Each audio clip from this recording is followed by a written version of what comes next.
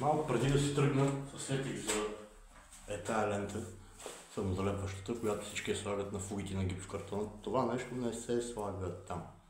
В никакъв случай. Това нещо се слага на мрежата във вътрешния ъгъл.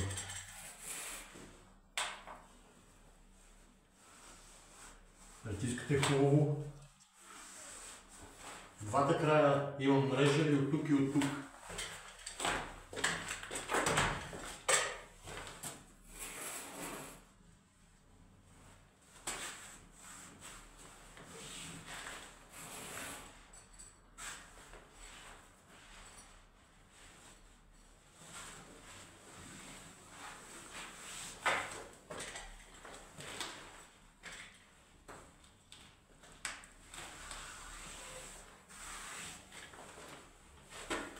Тази мрежа се слага тук, в ъгъла.